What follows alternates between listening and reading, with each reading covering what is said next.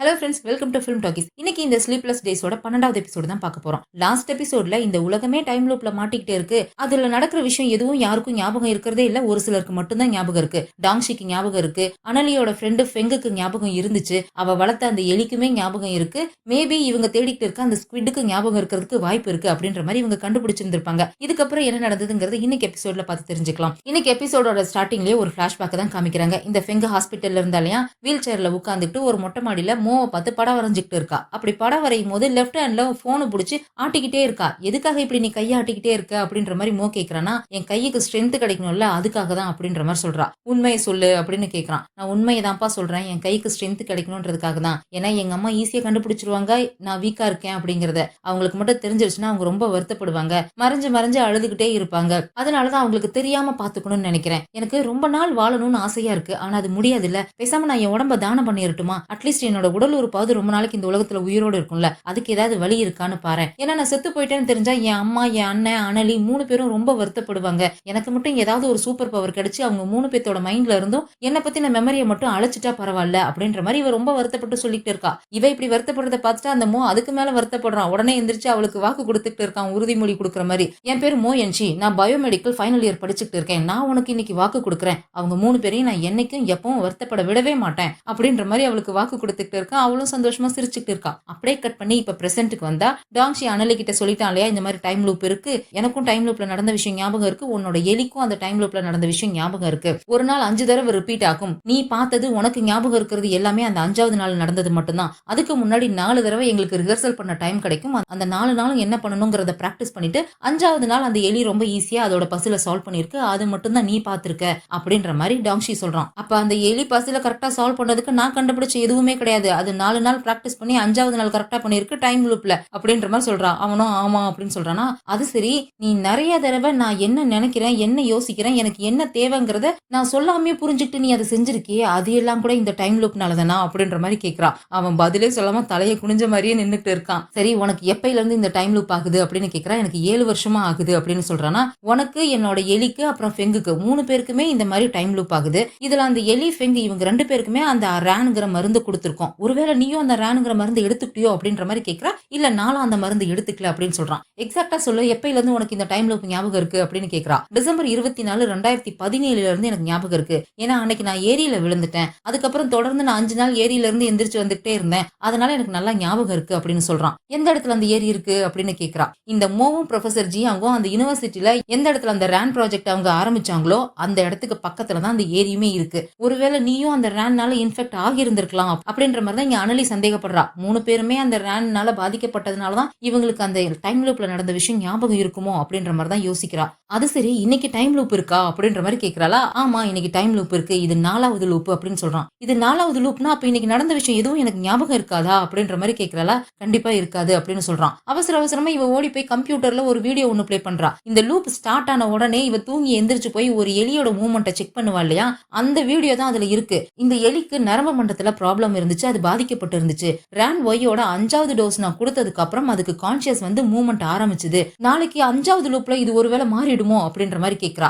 யாரும் இதை மாத்தாத வரைக்கும் இது கண்டிப்பா மாறாது, ஏன் உன்னோட எக்ஸ்பெரிமெண்ட் எதுவும் சக்சஸ் ஆயிடுச்சா அப்படின்ற மாதிரி கேட்கறான். அதை உறுதியா இப்போதைக்கு எதுவும் சொல்ல முடியாது அப்படின்ற மாதிரி சொல்லிட்டு இருக்காளா. அப்போ அங்க டேபிள் மேல இவளோட லேப் எலியில செத்து போன எலியோட போட்டோலாம் அங்க வச்சிருக்கா. அதை எடுத்து இவன் பாத்துக்கிட்டு இருக்கான். அதுல அந்த RN356 இருக்கு, அதாவது அந்த டைம் லூப்ல இருந்துச்சு இல்லையா அந்த எலியோட போட்டோவுமே இருக்கு. இந்த RN356 எப்படி செத்துச்சு அப்படின்னு கேட்கறானா. அது நல்லா தான் இருந்துச்சு, 10 மாசம் வரைக்கும் நல்லா இருந்துச்சு. திடீர்னு அதுக்கு அதிகமா வயசாக ஆரம்பிச்சிருச்சு. ஒரே மாசத்துல அது உடம்புல இருக்கிற ஆர்கன்ஸ் எல்லாமே அதிகமா வயசாகி 11வது மாசத்துலயே அது இறந்து போச்சு அப்படின்ற மாதிரி சொல்றா. இது கேட்டதும் டாங்ஷிக்கு பக்குன்னு இருக்கு. அப்பதான் இவனுக்கு ஒரு விஷயம் ஞாபகம் வருது. ஒரு தடவை இவன் தூங்கி எந்திரிக்கும் போதே அவனுக்கு நெஞ்சு வலி வந்திருக்கும். நெஞ்சு பிடிச்சிக்கிட்டே தான் எந்திரிச்சிருப்பான். அது மட்டும் இல்ல, 3வது லூப் முடியும் போது இவன் அந்த லேப்ல ஃபயர் ஆக்சிடென்ட் நடந்த இடத்த போய் பார்த்திருப்பான் இல்லையா, அப்ப கூட இவன் நெஞ்ச பிடிச்சிட்டு அப்படியே சரிஞ்சு விழுந்து செத்து போயிருந்திருப்பான். அப்ப அவனுக்கு ஹார்ட் அட்டாக் தான் வந்திருக்கு போல இருக்கு. ஒருவேளை அவனுடைய ஹார்ட்டுக்கு வயசாயிடுச்சோ என்னவோ. அததான் இப்ப யோசிச்சு பாக்குறான். ஒருவேளை எலிக்கு நடந்த மாதிரி தான் நமக்கும் நடக்குதோ அப்படின்ற மாதிரி யோசிக்கிறானா. இவன் யோசிக்கிறத பார்த்துட்டு என்ன யோசிக்கிற, உனக்கு ஏதாவது அந்த மாதிரி எக்ஸ்பீரியன்ஸ் ஆச்சா அப்படின்னு கேட்கறா. இல்ல அதெல்லாம் ஒண்ணும் இல்ல. ஆக்சுவலா நான் உங்ககிட்ட ஒரு முக்கியமான விஷயம் சொல்லணும். இந்த லூப்ல முதல் நாள் வந்து நீங்க போக போற அந்த கல்யாணத்துல பாம் பிளாஸ்ட் ஆச்சு. அந்த பாம் பிளாஸ்ட்ல எல்லாருமே செத்து போயிட்டாங்க. ஏன் அந்த மோவுமே செத்து போயிட்டான். இந்த லூப்மே இப்ப இன்னும் கொஞ்ச நேரத்துல முடிய போகுது. அதுக்குள்ள நான் இந்த மோமோ பயோடெக்னாலஜி கம்பெனியோட முக்கியமான ப்ராப்ளத்தை கண்டுபிடிக்கணும் அப்படின்ற மாதிரி சொல்றானா. இதுக்கும் என் கம்பெனிக்கும் என்ன சம்பந்தம் அப்படின்ற மாதிரி கேட்கிறா. நான் ஹான் கிட்டையும் தானியா கிட்டையும் பேசினேன். அவங்க 2 பேருமே சொன்னாங்க அவங்களோட அப்பா சாகிறதுக்கு முன்னாடி இந்த மோமா கம்பெனில ஒரு சீக்ரெட் லேப் இருக்கிறதாகவும் அந்த லேப்ல இந்த மோ நிறைய ரகசியங்களை மறைச்சு வச்சிருக்கிறதாகவும் சொன்னாங்க. அந்த ரகசியங்களை நமக்கு சீக்கிரமா கண்டுபிடிக்கணும். கண்டிப்பா அந்த ரகசியத்துக்கும் இந்த ப்ராப்ளமுக்கும் ஏதோ ஒரு சம்பந்தம் இருக்கு அப்படின்ற மாதிரி டாங்ஷி சொல்றான். ஆமா, எங்க கம்பெனில மோக்குன்னு பிரைவேட்டா ஒரு லேப் இருக்கு. அந்த லேபுக்குள்ள வேற யாரும் போக முடியாது. அவர் மட்டும் தான் உள்ள போவாரு. எந்நேரம் பார்த்தாலும் அந்த லேபுக்குள்ளே தான் இருப்பாரு. ஒரு தடவை நான் எங்க கம்பெனியோட ப்ளூ பிரிண்ட்டை செக் பண்ணப்போ அந்த லேபோட சைஸ் ரொம்ப பெருசா இருக்க மாதிரி இருந்துச்சு. சாதாரண எக்ஸ்பெரிமெண்ட்லாம் இல்ல, ரொம்ப பெரிய அளவுல எக்ஸ்பெரிமெண்ட் பண்ற அளவுக்கு பெரிய லேபாவே இருந்துச்சு. அப்படி என்னதான் உள்ள பண்றாருன்னு தெரிஞ்சுக்கணும் நானுமே நிறைய தடவை ஆசைப்பட்டிருக்கேன். ஆனா உள்ள எல்லாம் போய் பார்க்க முடியாது. ஏன்னா அதுக்கு பாஸ்வேர்டு வேணும் அப்படின்ற மாதிரி சொல்றாளா. என்கிட்ட அந்த பாஸ்வேர்டு இருக்கு அப்படின்னு சொல்றான். அதை கேட்டது இவன் ஷாக் ஆயிடுறா. உனக்கு எப்படி அந்த பாஸ்வேர்டு கிடைச்சது அப்படின்ற மாதிரி கேட்கிறாளா. இவன் ஒரு மாதிரி தயங்கிக்கிட்டே சாரி, நான் ஒன்ன யூஸ் பண்ணி தான் அந்த பாஸ்வேர்டு எடுத்தேன் அப்படின்ற மாதிரி சொல்றான். ஆக்சுவலா முன்னாடி நடந்த லூப்லலாம் எனக்கு ஒரு விஷயம் தெரிய வந்துச்சு. இந்த ஹானும் மோவோட ஒய்ஃப் யூஷியாவும் அந்த பாஸ்வேர்டு எடுக்க ட்ரை பண்ணிட்டு இருந்திருக்காங்க. 3 லூப்ல அவங்களால அதை எடுக்க முடியல. அவங்க ஃபெயில் ஆகிட்டாங்க. அதனால இந்த லூப்ல நான் ஒன்ன யூஸ் பண்ணி அவங்களுக்கு ஹெல்ப் பண்ணேன் அப்படின்ற மாதிரி சொல்றான். நைட்டு 12 மணி ஆனதுமே இவளுக்கு மெசேஜ் அனுப்பியிருப்பான் இல்லையா, உங்க அம்மா உடனே போய் பாரு அப்படின்னு சொல்லிட்டு. சோ இவ வெளியில வந்த நேரத்துக்கு யூஷியா கரெக்டா அந்த டோருக்குள்ள போயிருப்பா. அந்த பாஸ்வேர்டை பார்த்தது, அதை ரெக்கார்ட் பண்ணது, அதை கொண்டு வந்து ஹான் கிட்ட கொடுத்தது. இவன் போய் ஹான் கிட்ட பேசி அவங்கிட்ட இருந்து அந்த பாஸ்வேர்டை வாங்கினதுன்னு எல்லா விஷயத்தையுமே சொல்லிடுறானா. ஒருவேளை இந்த பவர் மட்டும் கெட்டவங்க கையில கிடைச்சதுன்னா என்ன ஆகுறது அப்படின்ற மாதிரி சொல்றாளா. அவனால ஈஸியா கொலை பண்ணிட்டு தடையை தழிச்சிட முடியும் இந்த ஸ்குவிட் பண்ண மாதிரி அப்படின்ற மாதிரி சொல்றான். நம்ம கிட்ட டைம் இல்ல, நம்ம சீக்கிரமா அந்த லேபுக்கு போகணும் அப்படின்ற மாதிரி சொல்லிட்டு 2 பேரும் அங்கிருந்து கிளம்பி போறாங்க. இங்க அந்த கல்யாண ஃபங்க்ஷன் நடக்குது. கல்யாண ஃபங்க்ஷனுக்கு மோவுமே வந்திருக்கான். மோ இருக்கான், தானியா இருக்கா. கொஞ்ச நேரம் கழிச்சுதான் இந்த யூஷியாவும் பின்னாடியே அந்த ஹானுமே வராங்க. ஏன் லேட்டா வந்த அப்படின்ற மாதிரி யூஷியாவை பார்த்து கேட்கறானா. நான் லேட்டா வந்ததுனால என்ன பிரச்சனை, நமக்கு அங்க கல்யாணம் நடக்க போகுது அப்படின்ற மாதிரி அவ வேண்டா விருப்பாதான் பதில் சொல்றா. இவன் இல்லாத சமயத்துல தான் அந்த லேபுக்குள்ள போக முடியும்னு சொல்லி தான் டாங்ஷி இந்த சமயத்துல அனலியை கூப்பிட்டுட்டு அந்த லேபுக்கு போய்கிட்டு இருக்கான். அப்படி போகும்போது அனலி டாங்ஷி கிட்ட கேக்குறா, எங்க அம்மாக்கு ஆக்சிடென்ட் நடந்துச்சுல்ல, அப்ப கூட உனக்கு டைம் லூப் ஆச்சா அப்படின்ற மாதிரி கேக்குறா. இல்ல, ஆனா நடந்திருந்தா நல்லா இருந்திருக்கும்னு நினைச்சேன் அப்படின்ற மாதிரி சொல்றான். அதுக்கப்புறம் டாங்ஷி அனலி கிட்ட கேக்குறான், உன்னோட லேப் எலி அந்த RN356 11 மாசத்துல இறந்து போச்சுன்னு சொன்னல, நார்மலா ஒரு லேப் எலி எவ்வளவு நாள் உயிரோட இருக்கும் அப்படின்ற மாதிரி கேக்குறான். அதுக்கு அவ 2 வருஷம்னு சொல்றா. 2 வருஷம் வாழ வேண்டிய எலி 11 மாசத்துலயே செத்து போயிருக்கு. அதாவது கிட்டத்தட்ட அது பாதி ஆயுசுக்கு தான் அது வாழ்ந்திருக்குது. அதே மாதிரி தானே டாங்ஷிக்கும் நடக்க போகுது.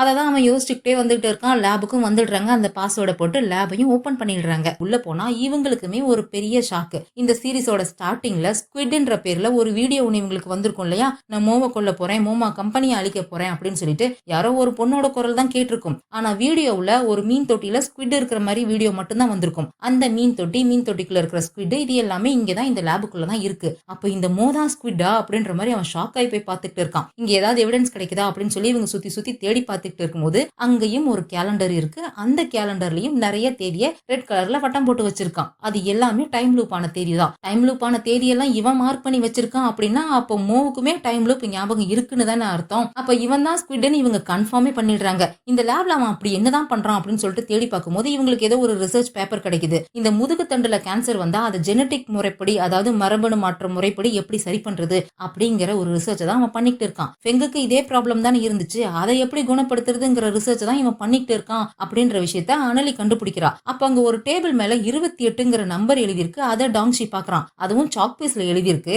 அது எப்படி எழுதியிருக்குன்னா நிறைய தடவை நம்பர் எழுதி அழிச்சிட்டு திருப்பி அதே இடத்துல மறுபடி நம்பர் எழுதின மாதிரி இருக்கு. இந்த 28க்கு என்ன அர்த்தம், ஏன் இவன் இது இப்படி எழுதி வச்சிருக்கான் அப்படின்ற மாதிரி கேட்கறான். அந்த அனலிக்குமே அதை பத்தி எதுவும் தெரியவே இல்லை. அப்ப அனலி ஏதோ யோசிச்சுட்டு கையை நீட்டிக்கிட்டே அந்த லேப் 4 மூலையிலையும் நடந்துட்டே இருக்கா. என்ன பண்ற அப்படின்னு கேக்குறானா. இல்ல, நான் ப்ளூ பிரிண்ட்ல பார்த்தப்போ இந்த லேப் ரொம்ப பெருசா இருந்துச்சு, ஆனா இங்க ரொம்ப சின்னதா இருக்கே அப்படின்ற மாதிரி சொல்றா. அப்ப கண்டிப்பா இங்க வேற ஏதோ ஒரு சீக்ரெட் ரூம் இருக்குன்னு தானே அர்த்தம். அது எங்க இருக்கு அப்படின்னு சொல்லி சுத்தி சுத்தி தேடிக்கிட்டே இருக்காங்க. அப்போ அங்க ஒரு பெயிண்டிங் ஒண்ணு செவுத்துல மாட்டி இருக்கிறத அனலி பாக்குறா. அந்த பெயிண்டிங் ஃபெங்கோடது. அவ ஹாஸ்பிட்டல்ல இருந்தப்போ இவகிட்ட வீடியோ கால் பேசும்போது அங்க செவுத்துல அதை மாட்டி இருந்திருக்கும். அந்த விஷயம் இவளுக்கு ஞாபகம் வருது. போய் அந்த பெயிண்டிங் எடுக்க பாக்குறா. அதை ஆட்டின உடனே ஒரு சீக்ரெட் டோர் ஒன்று ஓபன் ஆகுது. ஆனா அந்த டோரை ஓபன் பண்ணதுமே இங்க மோக்கு நோட்டிபிகேஷன் போயிடுது, டோர் பி ஓபன் பண்ணியாச்சு அப்படின்னு சொல்லிட்டு. அவன் கல்யாணத்தை முடிச்சுட்டு ரிட்டர்ன் வேற வந்துட்டு இருக்கான். இவங்க அந்த லேபுக்குள்ள போய் பாக்குறாங்க. லேபுக்குள்ள ஏதோ வினோதமான மிஷின்லாம் இருக்கு, பெருசா இருக்கு. நடு லேப்லயே ஒரு பெரிய சைஸ் டேங்க் ஒன்னு இருக்கு. இது என்னது அப்படின்ற மாதிரி டாங்ஷி கேக்குறானா. இது நைட்ரஜன் டேங்க், ஸ்பெசிமனையோ இல்ல ஏதாவது ஆர்கனையோ ஃப்ரீஸ் பண்ணி வைக்கிறதுக்காக யூஸ் பண்ணுவோம். ஆனா இது இருக்கிற சைஸை பார்த்தா ஒரு மனுஷனையே உள்ள ஃப்ரீஸ் பண்ணி வைக்கலாம் போல இருக்கே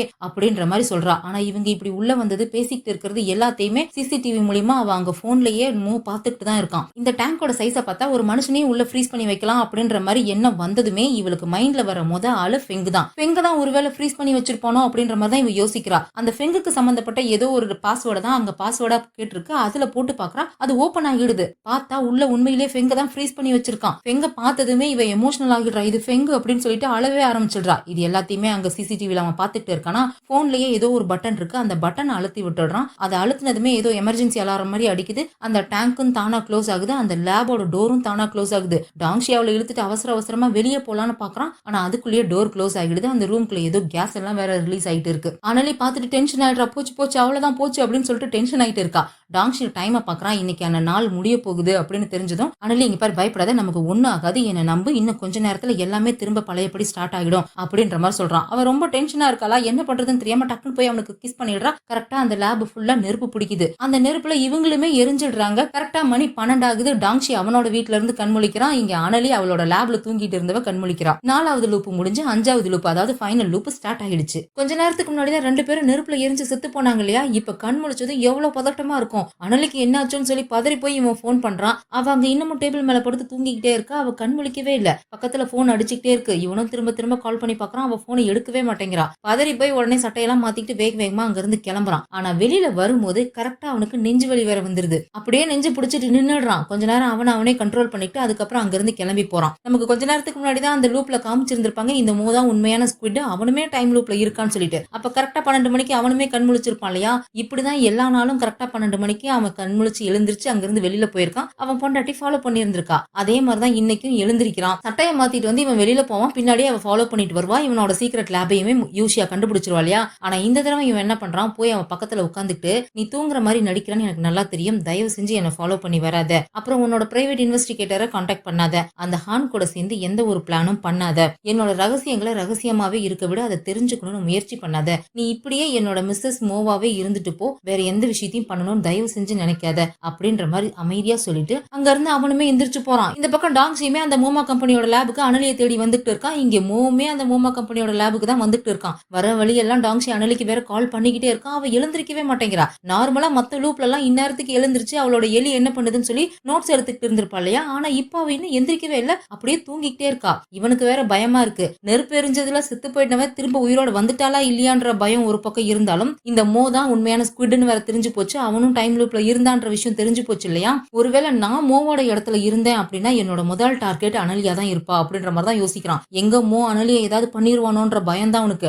அதனாலதான் அவசர அவசரமா கிளம்பி போய்கிட்டே இருக்கான். அப்ப இங்க கார்ல வந்துட்டு இருக்க மோ யாருக்கோ கால் பண்றான், முடிச்சிடு அப்படின்ற மாதிரி சொல்றான். இவன் யாருக்கு கால் பண்ணாங்கிறதெல்லாம் காமிக்கல. ஆனா அடுத்த சீன்லயே இந்த கென்னை தான் காமிக்கிறாங்க. அவனுக்கு ஒரு மெசேஜ் வருது. மெசேஜ்ல அனலியோட போட்டோ தான் வருது. அதை பார்த்துட்டு அவனுமே அங்க இருந்து கிளம்பிட்டு இருக்கான். இங்க டாங்ஷி ஒரு சிக்னல்ல வந்து நின்னுட்டு இருக்கானா. அப்போ பாஸ்க்கு கால் பண்றான். அவர் தூங்கிட்டு இருக்காரு. டே நான் இப்பதான்டா தூங்கினேன், பஸ் தூங்காதீங்க, முழிச்சுக்கோங்க, நம்ம அவசரமா ஒருத்தனை அரெஸ்ட் பண்ணணும், கென்னு ஒரு சஸ்பெக்ட் இருக்கான், அவனை உடனே அரெஸ்ட் பண்றதுக்கு ஏற்பாடு பண்ணுங்க அப்படின்ற மாதிரி சொல்றானா. அவனை எதுக்குடா அரெஸ்ட் பண்ணணும், யாரடா அவன் அப்படின்ற மாதிரி பாஸ் கேக்குறாரா. பாஸ் அவன் தான் ஹானையும் டேங்கையும் கொலை பண்ணான், அவனை அரெஸ்ட் பண்றதுக்கு உடனே ஏற்பாடு பண்ணுங்க அப்படின்ற மாதிரி இவன் அவசர அவசரமா சொல்றான். சரிடா அரெஸ்ட் பண்ணணும்னா அதுக்கு எவிடன்ஸ் வேணும்ல, இருக்கா அப்படின்ற மாதிரி கேக்குறாரு. இவங்கிட்ட எங்க இருக்கு எவிடன்ஸ், இவன் டைம் லூப்ல பாத்துட்டு வந்து சொல்லிட்டு இருக்கான். உடனே காலை கட் பண்ணிட்டு இவனோட டீம் மெம்பர்ஸ்க்கு குரூப்ல மெசேஜ் அனுப்புறான். ஜேம்ஸ் கென்னு ஒருத்தன் இருக்கான், அவனை உடனே போய் ட்ராப் பண்ணு, நான் ஒரு 2 லொகேஷன் அனுப்புறேன், இந்த 2 லொகேஷன்ல அவன் எங்க வேணாலும் இருக்கலாம், அவனை உடனே ட்ராப் பண்ணு. அப்புறம் சாங் நீ இந்த மோமா குரூப்ஸ் கம்பெனியோட பில்டிங் இருக்குல்ல அங்க உடனே போ, அந்த கென் அங்க வரதுக்கு வாய்ப்பு இருக்கு, வந்தானா உடனே அவனை அரெஸ்ட் பண்ணு, அவன் அந்த ஸ்குவிட்டோட ஆளா இருக்கிறதுக்கு நிறைய வாய்ப்பு இருக்கு, அவனை பிடிச்சா நம்ம அந்த ஸ்குவிட்டை பிடிச்சிடலாம், மத்தவங்க எல்லாம் ஸ்டாண்ட் பைல இருங்க, நான் எப்ப வேணாலும் என்ன வேலை வேணாலும் கொடுப்பேன் அப்படின்ற மாதிரி மெசேஜ் அனுப்புறான். எதனால இவனுக்கு இந்த பதட்டம் அப்படின்னா, போன லூப்ல இவன் அந்த மலையில இருந்த கிளினிக்கு போயிருப்பா, அவ கார்ல டிராக்கரை செட் பண்ணிட்டு பின்னாடியே இந்த கென் வந்திருப்பான், அவன் கையில துப்பாக்கி கத்தி பாம்னு எல்லாமே வச்சிருந்திருப்பான் இல்லையா. சோ அதுல இருந்தே நல்லா தெரியுது இவன் அனலிய ஃபாலோ பண்ணிட்டு வந்திருக்கான் அவளை போட்டு தள்ளுறதுக்காக அப்படின்னு சொல்லி. குவிட் மோதான் அப்படின்னா இந்த கென்னை வந்து மோதான் அனுப்பி வச்சிருக்கணும், அதுவும் அனலிய போட்டு தள்ளுறதுக்காக அப்படிங்கறதுனாலதான் இவன் இப்போ உடனே கென்னை ட்ராப் பண்றதுக்கு பிளான் பண்றான். டாங்ஷி வேற விடாம அனலிக்கு கால் பண்ணிக்கிட்டே இருக்கா, அவ எடுக்கவே மாட்டேங்கிறா. 5 நாள் தூக்கத்தையும் சேர்த்து வச்சு இன்னைக்குதான் தூங்கிட்டு இருக்கா போல இருக்கு, நல்ல தூக்கத்துல இருக்கா. ரொம்ப நேரத்துக்கு அப்புறம் தான் எழுந்திருச்சு மெதுவா அந்த போன் அட்டன் பண்றா. அவ போன் அட்டன் பண்ணதுக்கு அப்புறம் தான் இவனுக்கு கொஞ்சம் நிம்மதியா இருக்கு. இப்ப வரைக்கும் அவளுக்கு ஒண்ணு ஆகல, உயிரோட தான் இருக்கான்றது தெரியுது. ஆனா இப்ப அவகிட்ட என்னத்த சொல்றது, அவளுக்கு போன லூப்ல நடந்த விஷயம் எதுவுமே எதுவுமே ஞாபகம் இருக்காது. என்னன்னு சொல்லி அவளுக்கு புரிய வைக்கிறது. அனலே நீ என்ன நம்புறியா அப்படின்ற மாதிரி கேக்குறான். நான் உன்னை எப்பவுமே நம்புவேன், என்ன விஷயம் அப்படின்ற மாதிரி கேக்குறாளா. உன்னோட உயிர் இப்ப ஆபத்துல இருக்கு, உடனே அந்த லேபை விட்டு வெளியில வா அப்படின்ற மாதிரி சொல்றான். ஆனா இதை அவன் சொல்லி முடிக்கிறதுக்கு முன்னாடியே இவ கண்ணுல அவளோட அந்த எலி பட்டுடுது. எப்பவுமே இவ லூப்ல இருந்து எழுந்திருக்கும் போது ஒரு எலி அதோட மூவ்மெண்ட்டை ஸ்டார்ட் பண்ணும். இவ போய் ரீடிங்கை நோட் பண்ணிட்டு இருப்பா இல்லையா, அந்த எலி தான். போன அவ பாட்டுக்கு கீழே வச்சுட்டு போய் அந்த எலியை பார்த்துக்கிட்டு இருக்கா. அவன் அங்க போன்ல கத்திக்கிட்டே இருக்கான். உன்னோட பாஸ் அந்த மோதான் உண்மையான ஸ்குவிட், அவன் அங்க லேபுக்கு தான் வந்துட்டு இருக்கான், உன்னோட உயிர் ஆபத்துல இருக்கு, தயவு செஞ்சு லேபை விட்டு வெளியில வா அப்படின்ற மாதிரி கத்திக்கிட்டு இருக்கான். அவன் மெதுவா அந்த எலியோட ரீடிங் எல்லாம் எழுதி வச்சுட்டு அதுக்கப்புறமா போனை எடுத்து சொல்லுப்பா அப்படின்ற மாதிரி சொல்றா. தயவு செஞ்சு போனை கட் பண்ணாதமா அப்படின்ற மாதிரி சொல்றானா. உடனே இவ ஹெட்போன் எடுத்து மாட்டிக்கிறா. இங்க பாரு, உடனே லேபை விட்டு வெளியே வா, நேரா போய் உன்னோட காரெல்லாம் எடுக்காத, பேஸ்மெண்ட்டுக்கு வந்து எஸ்கலேட்டர் வழியா மேல் ஃப்ளோருக்கு வா, நான் அங்க உனக்காக வெயிட் பண்ணிட்டு இருக்கேன் அப்படின்ற மாதிரி சொல்றான். அப்போ அவனுக்கு நெஞ்சு வலி வேற வந்துருது. காரை கொண்டு போய் ஓரமா நிறுத்திட்டு அவன் நெஞ்சு வலியில துடிச்சுட்டு இருக்கான். இந்த பக்கம் மோ வேற வேகமா அந்த லேபை நோக்கி தான் போய்கிட்டு இருக்கான். அது தெரியாம இவ பாட்டுக்கு அவளோட வேலையை பார்த்துட்டே இருக்கா. கிளம்பிட்டியா அப்படின்ற மாதிரி கேக்குறான். இல்ல இத ஒரு முக்கியமான வேலை இருக்கு, முடிச்சுட்டு போறேன் அப்படின்னு சொல்லிட்டு அவ பாட்டுக்கு ஏதோ வேலையை பார்த்துக்கிட்டே இருக்கா. இங்க பாரு, கரெக்டா 12 ஆகும் போது உனக்கு மேகி கிட்ட இருந்து மெசேஜ் வரும். அவளுக்கும் உன்னோட பாஸ் மோக்கும் கம்பெனியோட இன்வெஸ்ட்மெண்ட் சம்பந்தமா இன்னைக்கு மீட்டிங் பிக்ஸ் பண்ண சொல்லி கேப்பா. இன்னைக்கு முடியாது, வேலை இருக்கு, நாளைக்கு மீட்டிங் வச்சுக்கலாம் அப்படின்ற மாதிரி அவகிட்ட சொல்லிடு. ஏன் எதுக்குன்னு கேட்காத, நான் சொல்றதை மட்டும் செய்ய அப்படின்ற மாதிரி சொல்றான். அவளும் சரி சரின்னு சொல்றா. டைம் பாக்குறா. அவன் சொன்ன அந்த 12 ஆகிறதுக்கு இன்னும் 1 நிமிஷம் தான் இருக்கு. இவளும் அவசர அவசரமா அவளோட வேலையெல்லாம் முடிச்சுட்டு கிளம்பிட்டு இருக்கா. இவனும் ஒரு நிமிஷத்துக்கு ஒரு தடவை கிளம்பிட்டியான்னு கேட்டுக்கிட்டே இருக்கான். தோ இருப்பா கிளம்பிடுறேன்னு சொல்லிட்டு அவ பாட்டுக்கு அவளோட வேலையை பார்த்துக்கிட்டே இருக்கா. அதுக்குள்ள இந்த மோ கம்பெனிக்கே வந்துட்டான். கார் பார்க்கிங்ல கார் நிறுத்திட்டு நேரா லெஃப்ட் நோக்கி தான் போய்கிட்டு இருக்கான். இங்க அனலி அவசர அவசரமா அவளோட வேலையெல்லாம் முடிச்சுட்டு வேகமா அவளும் லேபை விட்டு வெளியில வரா. கரெக்டா இவளும் லிப்ட் கிட்ட வரா. அவனுமே லிப்ட்ல ஏறி மேலதான் வந்துட்டு இருக்கான். பட்டன் அழுத்த போற சமயத்துலதான் இவளுக்கு ஒரு சத்தம் கேக்குது.